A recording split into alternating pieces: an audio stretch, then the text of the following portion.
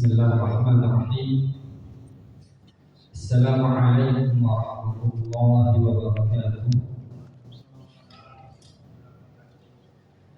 Alhamdulillahi wa kafa, wassalatu wassalamu ala rasulihil mustafa wa habibihil mujtaba wa ala alihi wa ashabihi al-ula.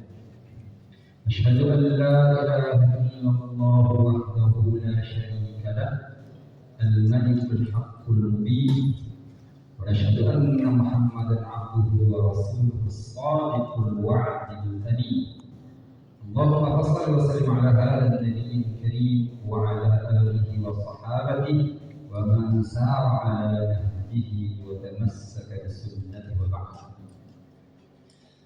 Hadirin sedang jemaah subuh mubarakah yang dirahmati Allah Subhanahu wa taala. Subuh ini insyaallah kita sedikit mengupas tentang hal yang biasa kita baca, hal yang biasa kita minta kepada Allah Subhanahu wa taala. Namun barangkali dalam ucapan doa kita terhadap Allah Subhanahu wa taala, di mata Allah kita dianggap sebagai orang-orang munafik. Apa doa itu? Allah berfirman dalam surah Al-Baqarah ayat 21. Al-Baqarah 21. Allah berfirman, "A'udzubillahi minasyaitonir rajim. Bismillahirrahmanirrahim. Wa minhum man yaqulu rabbana atina fid dunya hasanatan wa fil akhirati hasanatan wa qina adzabannar." Doa ini biasa kita baca. Bahkan setiap salat kita, setiap habis salat, ini doa yang tidak pernah terlupakan. Kita meminta kepada Allah Subhanahu wa taala agar kita diberikan kebaikan di dunia serta kebaikan di akhirat. Dan kita juga meminta kepada Allah agar kita dilindungi dari azab neraka. Doa satu jaga. Nah, dalam setiap doa itu ada makna. Yang kita minta kepada Allah Subhanahu wa taala adalah kebaikan, hasanah. Hasanah di dunia dan hasanah di akhirat. Secara bahasa, kata kebaikan yang dalam doa ini diungkapkan dengan kata hasanah, itu artinya adalah sesuatu kebaikan yang kita lakukan yang meninggalkan kesan bagi kita, meninggalkan kesan bagi orang di sekitar kita, meninggalkan kesan baik bagi masyarakat kita, dan disebut oleh Allah sebagai sebuah pekerjaan yang baik. Itu hasanah. Jadi hasanah itu tidak hanya sekedar baik saja maknanya, tapi baik yang meninggalkan kesan. Nah, kita mendoakan ini kepada Allah Subhanahu wa taala agar kita diberikan kebaikan yang berkesan di dunia dan di akhirat. Namun dalam doa kita itu yang selalu kita minta, terkadang dalam prakteknya, dalam keseharian kita, justru kita sibuk dan menghabiskan waktu hanya berhenti pada kebaikan di dunia saja. Setiap hari kita hanya berpikir bagaimana kita mendapatkan kebaikan duniawi. Setiap hari kita berpikir bagaimana kita mendapatkan uang yang banyak. Setiap hari kita memikirkan bagaimana kita bisa mendapatkan keuntungan demi keuntungan. Baik dari segi pekerjaan, dari segi bisnis, dari segi semua hal-hal yang bersifat materi. Kita terhenti dalam amalan kita pada doa Rabbana atina fid dunya hasanah saja. Setiap hari kita disebutkan di situ. Kita harus jujur pada kita sendiri. Yang kita pikirkan dalam keseharian kita adalah bagaimana rezeki kita dapat, bagaimana uang kita kumpulkan, bagaimana usaha kita berkembang, bagaimana kita punya banyak perusahaan, banyak bisnis. Hanya sekitar sampai di situ kita disibukkan dalam keseharian kita. Pada usia kita semakin hari semakin bertambah. Wa fil akhirati hasanatan, dalam realitanya tidak begitu kita persiapkan. Padahal kita meminta kepada Allah Subhanahu wa taala akan diberikan kebaikan juga di akhirat. Tapi toh nyatanya secara amalia, secara praktek, secara keseharian kita masih disibukkan oleh mengumpulkan kebaikan dunia. Kita bangun jam 7 pagi kerja. Yang kita cari di situ adalah bagaimana kita bisa mendapatkan nilai baik dan keuntungan yang banyak. Kita bangun banyak perusahaan. Setiap hari kita sibukkan memikirkan itu agar kita mendapatkan uang yang banyak, keuntungan yang banyak setiap hari. Tapi wa fil akhirati hasanah, barangkali ada yang terlupakan. Padahal dalam redaksi doa yang kita bacakan itu Bapak Ibu sekalian, Rabbana atina fid dunya hasanatan wa fil akhirati hasanatan wa qina adzabannar. Ketika kita membaca atina, Rabbana atina, Allah menggabungkan dunia dan akhirat. Tidak Allah pisahkan. Rabbana atina fid dunya hasanah wa fil akhirati hasanah. Dalam doa yang datang itu dunia dan akhirat digabungkan dalam redaksi ayat itu. Artinya ketika kita memikirkan kebaikan dunia, mestinya keberlanjutan kebaikan akhirat kita. Kebaikan untuk akhirat kita juga kita takut ketika kita meninggal anak keturunan kita menjadi apa. Kita takut ketika kita meninggal kita tidak punya apa-apa. Hutang begitu banyak, hanya sibuk memikirkan itu, sehingga kita lupa apa efek, apa keuntungan dari usaha duniawi kita untuk keselamatan akhirat. Banyak yang kita melupakan itu. Yang kita risaukan setiap hari adalah setelah saya meninggal anak saya harus punya aset ini, setelah saya meninggal anak saya harus begini. Kita sibuk memikirkan anak dan istri saja. Yang kita bawa nanti, apa yang kita bawa nanti? Padahal doa kita meminta kepada Allah kebaikan dunia dan juga kebaikan dunia. Nah, redaksi ayat yang digabungkan oleh Allah itu mengisyaratkan kepada kita hendaknya kebaikan dan kerusakan dunia ada keuntungan yang kita dapatkan kelak dari usaha dunia kita itu yang bisa kita bawa di hadapan Allah Subhanahu wa taala. Dunia ini adalah perhiasan yang hidup. Dunia ini membuat kita lupa bahwasanya akhirat lebih besar. Oleh karena itu, sebagai orang yang beriman, hendaknya berbuat sesuatu hasanah. Dia memikirkan hasanah ini kelak akan disebut-sebut Allah sebagai kebaikan yang besar. Jangan hanya mencari keuntungan duniawi dan menghilangkan atau melupakan keuntungan ukhrawi kita. Tapi bagaimana keuntungan duniawi ini, kebaikan duniawi ini bisa berkesan setelah kita meninggal, kesan kebaikan itu dengan Allah Subhanahu wa taala. Itu makna dari doa Rabbana atina fid dunya hasanatan wa fil akhirati hasanatan. Jangan hanya menghabiskan usia pada urusan duniawi saja, hendaknya dunia ini sebagai bekal untuk kita menghadap kepada Allah Subhanahu wa taala. Itu makna hasanah. Contoh kecil dari hasanah. Ketika kita melakukan sebuah kebaikan, lalu lambat laun kebaikan itu terlupakan oleh masyarakat sekitar, berarti yang kita lakukan itu belum berupa hasanah. Itu baru sekedar kebaikan biasa. Dalam bahasa Arab namanya itu jaidah, bukan hasanah. Jaidah. Kebaikan yang kita lakukan hari ini, mungkin orang akan mengingatnya hanya seminggu, 2 minggu, setelah itu orang berarti kita belum mendapatkan hasanah dari kebaikan yang kita lakukan itu. Sehingga ketika orang melupakan kebaikan kita itu, kelak di akhirat Allah pun akan memberikan ganjaran sesuai dengan kadar orang inginnya. Seberapa berpengaruhnya kebaikan kita itu terhadap masyarakat sekitar kita.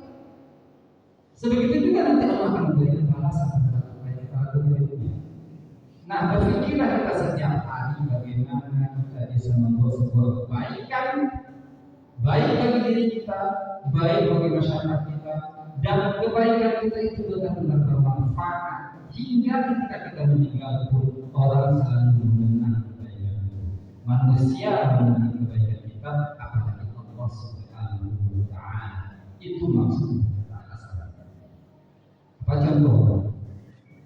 Membangun masjid ini sebuah hasanah. Karena ketika kita meninggal orang akan mengingat ini dibangun oleh masyarakat Ayasira, masyarakat Jatibangun. Siapa yang berperan besar dalam masjid? Orang akan mengingat selalu. Ketika seorang bisa mengingat kepada Allah Subhanahu wa Ta'ala. Jadi berbuat baik jangan hitung-hitungan. Itu maksudnya. Berbuat baik jangan khawatirkan rezeki anak ketika kita telah meninggal. Karena anak itu adalah rezekinya telah diatur oleh Allah Subhanahu wa Ta'ala. Tapi yang lebih kita pikirkan, kita memberikan sesuatu kelak di akhirat, sesuatu yang kita berikan itu menjadi nilai yang sangat agung kepada Allah Subhanahu wa Ta'ala. Itulah makna dari Rabbana atina fid dunya hasanah wa fil akhirati hasanah. Kebaikan dunia akan selalu diingat oleh makhluk di bumi ini dan akan selalu dimuliakan serta dikenang dan dibalas dengan balasan yang besar kelak di akhirat oleh Tuhan yang menciptakan dunia. Itu makna dari hasanah. Bapak Ibu hadirin wal hadirat sidang masuk rahimahullah. Itu yang harus kita pikirkan. Bagaimana kita bisa berbuat sesuatu bermanfaat bagi orang lain. Dahulu dikisahkan ada seorang perempuan kaya di zaman Umar bin Abdul Aziz. Nama perempuan itu Aisyah At-Taibiyah. Aisyah At-Taibiyah. Beliau setiap hari kesibukannya adalah membagikan apa yang dia miliki kepada orang lain. Dia pengusaha menjual pakaian. Dahulu pakaian Yaman itu mahal. Ketika pakaian Yaman itu dibawa ke Baghdad, harganya disebutkan. Dia sebagai pemilik usaha itu pedagang pakaian. Nah, keuntungannya setiap hari keuntungannya itu dia serahkan kepada masyarakat. Apalagi kepada orang yang datang ke rumahnya, dia tidak segan-segan memberikan apa yang dia miliki. Sampai usaha itu tidak ada bekas yang dia gunakan. Hasil dari usaha itu tidak terlihat dari apa yang dia pakai. Lalu seseorang raja di zaman Umar bin Abdul Aziz datang menemui Aisyah.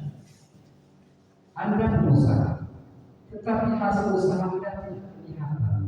Kenapa Anda capek-capek lelah berusaha, tapi Anda bagikan semua usaha Anda untuk orang lain? Anda sungguh berdoa. Apa jawaban Aisyah? Anda salah, wahai raja. Sesungguhnya saya orang yang paling peduli dunia. Saya orang yang paling peduli dunia ini. Kata Aisyah dunia ini. Kenapa Anda memberikan semua apa yang Anda miliki untuk orang lain?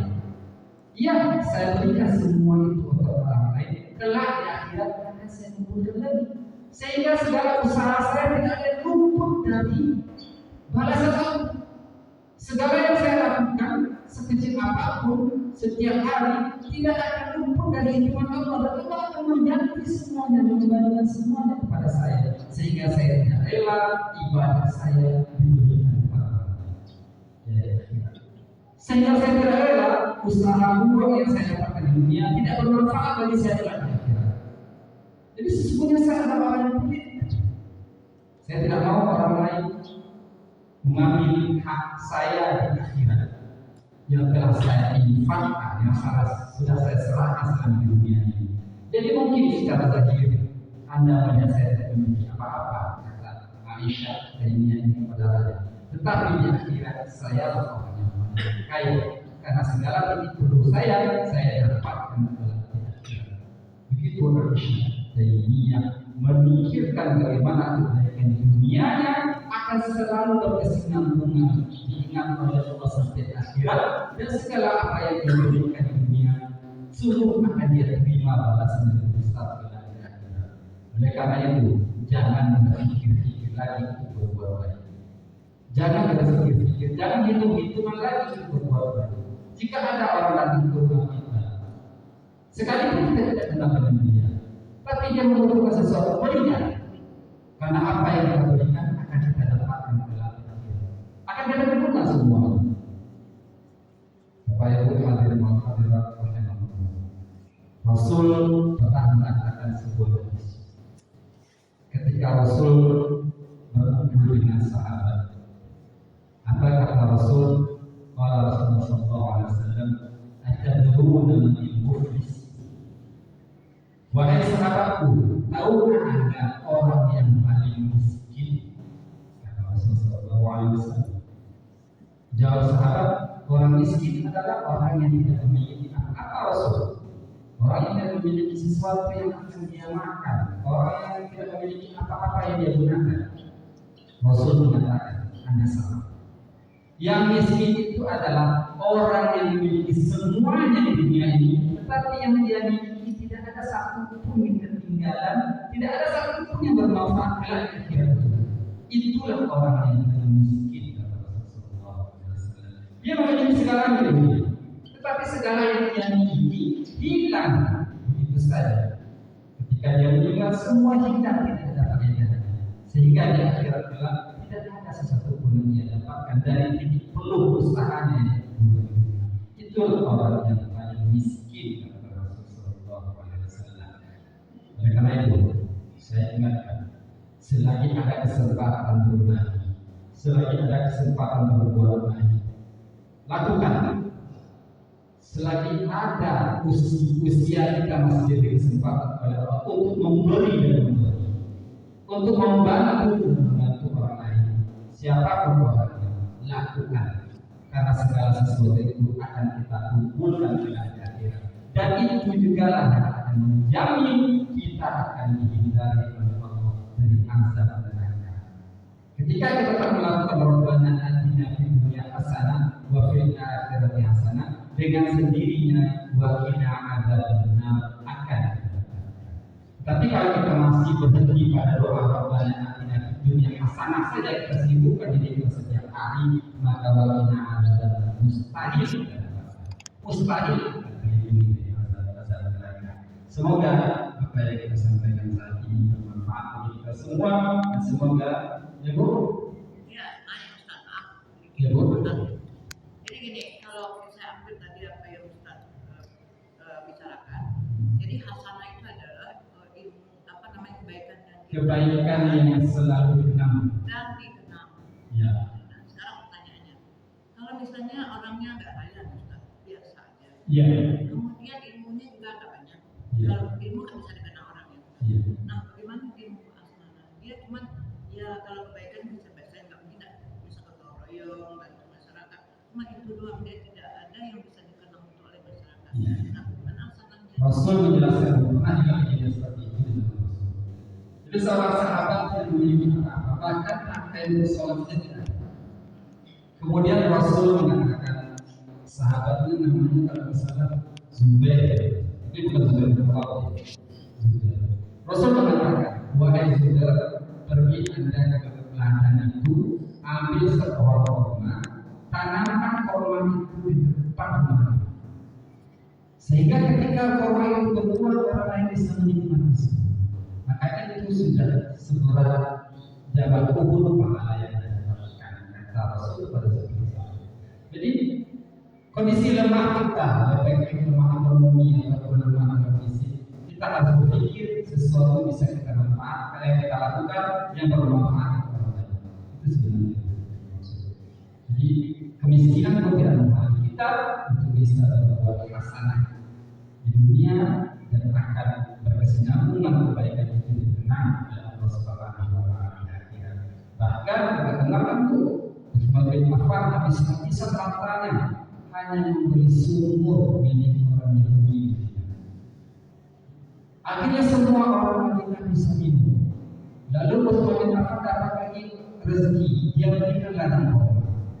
Sampai 2/3 dari Madinah itu adalah hasil dari jeripaya Utsman bin Affan untuk kepentingan umat. Sampai sekarang masih ada. Bahkan rekening kabarnya dari Utsman bin Affan sampai sekarang masih ada loh. Bagaimana itu? Semua hartanya habis. Utsman bin Affan itu meninggal hanya menggunakan sehelai pakaian busuk. Sehelai pakaian busuk tidak ada di bawah, tidak begitu mewah seperti orang-orang yang kebanyakan. Beliau meninggal dalam pakaian busuk yang habis sampai sekarang pahala beliau itu, Masya Allah. Wakaf Utsman bin Affan ya, Madinah juga. Sampai sekarang masih ada di Utsman bin Affan. Itu gunanya untuk wakaf dunia Islam. Masya Allah, Utsman bin Affan. Hendaknya kita berpikir seperti itu. Jangan pernah berpikir menunda-nunda sebuah kebaikan. Jangan pernah berpikir. Sekecil apapun itu, mudah-mudahan bermanfaat untuk orang lain. Membuat sumur, mengairi air sawah, katanya itu bisa kita lakukan. Seperti di sini apa yang bisa kita lakukan? Kita pikirkan. Ketika kita pikir, kerja. Karena itu adalah hasanah di dunia dan hasanah juga di mata Allah Subhanahu wa taala. Apalagi kita berpenghasilan banyak, sungguh besar sekali peluang kita untuk membuat hasanah di dunia dan hasanah di akhirat. Itu barangkali jawaban itu termotivasi. Mudah-mudahan sebelum hayat kita habis ada satu tabungan kita, tabungan amal kita yang tidak akan putus-putus sampai di akhirat nanti, dan itu yang akan menjadi kita dari azab api neraka. Amin amin ya rabbal alamin. Fa'tabiru ya Bu. Ini jadi pikiran sama saya waktu itu Ustaz dari wejangan mengenai masalah anak dan istri itu nanti di ada masa atau tidak itu sebagai Penuntut, bukan pembela. Yang pembela itu adalah Teman. Benar. Saya membaca di dalam Al-Quran baik anak istri maupun sahabat teman itu tidak ada membantu. Yang membantu adalah amal kita. Ya. Dan anak pun yang membantu kita adalah anak yang soleh. Ya. Doa anak yang soleh. Doa anak yang soleh. Ya. Nah, jadi anak yang soleh itu yang membantu orang tua. Jadi yang jadi pikiran saya kenapa teman-teman Ya. itu tidak ada di Al-Quran menjelaskan. Ada di surah Asy-Syu'ara. Yang membantu nggak ada, membantu itu adalah diri kita, anak kita. Ya, jadi bukan membantu maksud membela. Di surah Asy-Syu'ara ayat 101. Famanana bisyai'in wa la sadiqin hamim. Surah Asy-Syu'ara ayat 101. Kenapa saya katakan teman sebagai pembela? Kemarin sudah saya jelaskan, kita tidak bisa memastikan segala ibadah kita pasti diterima oleh Allah. Kita tidak bisa memastikan salat kita, puasa kita, tidak bisa kita pastikan Allah akan menerima. Barangkali ibadah yang kita rasa sudah sebesar gunung Merapi, ternyata dalam timbangan Allah hanya sebesar segenggam beras. Boleh jadi Bu, kita sudah puluhan tahun sholat, kita merasani ibadah kita sudah sebesar gunung Merapi. Ternyata di timbangan Allah hanya sebesar segenggam beras. Kan agak kontradiktif. Kita tidak tahu itu, Allah yang tahu ibadah kita. Nah, ketika kebaikan kita, amal saleh kita itu sedikit timbangannya, lalu Allah kita deskripsikan begini, malaikat karena kebaikan kita sedikit, bukan kita hanya, malaikat akan melemparkan kita ke neraka. Ternyata ada teman kita yang selama di dunia, teman kita mengatakan kepada malaikat, malaikat, kenapa si kamu itu mau lempar neraka? Dia dahulu di dunia membantu saya, Dia dahulunya menyekolahkan anak saya sampai selesai. Dan karena bantuannya walaupun sedikit, saya hidup di dunia itu dengan senang. Semakin banyak teman yang berbeda, akhirnya timbangan kebaikan kita ini berberakan.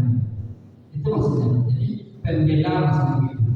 Kalau anak dan istri tidak akan melakukan itu, karena yang kita berikan kepada anak istri akan tanggung jawab kita.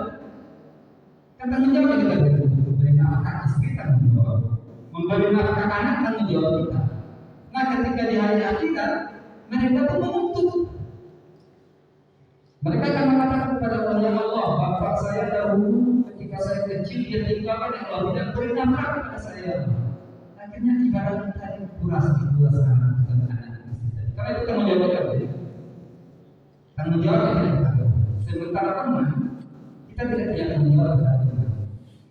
Tidak ada kewajiban kita terhadap teman. Tetapi teman akan dibilang. Misalnya yang umpama ini, karena satu patah kata yang saya sampaikan ini, mudah-mudahan itu terjadi dalam sebagai ibadah. Saya katakan, bulu tanam mangga, hanya ucapan saya ini. Sementara saya banyak dosa saya, ibadah saya sedikit, tiba-tiba mereka mau melemparkan saya ke neraka. Ibu katakan, jangan mendekat, karena ucapan Ustaz itu saya menanam mangga, dan saya banyak pahala saya katakan mangga itu. Semakin banyak teman saya yang saya katakan begitu, semakin banyak yang membela saya. Sehingga saya pada awalnya akan dilemparkan ke neraka karena pembelaan dari ibu-ibu jemaah semua, saya terjadi. Itulah benar teman. Itu banyak teman ya. Bisa pahami? Bisa dipahami bu? Doa anak yang soleh itu pasti ya, mudah-mudahan kita termasuk orang yang selalu berpikir untuk berbuat baik sekecil apapun dan bermanfaat untuk semua orang yang ada di sekitar kita dan memberi manfaat kepada kita. Amin. Amin. Amin.